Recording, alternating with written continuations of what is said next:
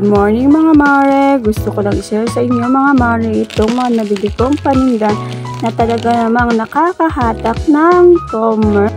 Worth 2,144 pesos nga ito mga mare at maganda na meron ka din nito. Kaya mga mare, samahan nyo ako na i-unbox natin yung mga to.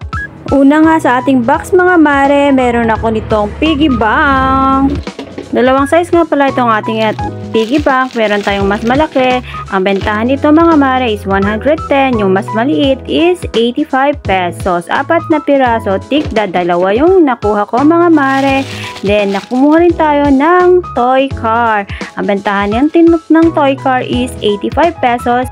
Kumuha rin nga pala ako mga mare nitong ating pastillas. Dalawang tab yung kinuha natin. Ang bentahan natin mga sisi ko is 4 na piraso, 5 pesos. Then, itong ating chocolate spoon, 5 pesos yung bentahan, 110 yung puhunan. So, mas malaki. Meron tayong malinis na kita na 40 pesos. Then, of course, si ating Fanta. Kumuha din ako. Ang puhunan nito mga mare is 110.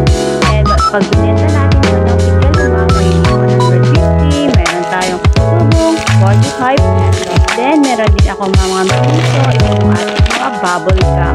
100 yung puhunan, 120 yung naman. So, meron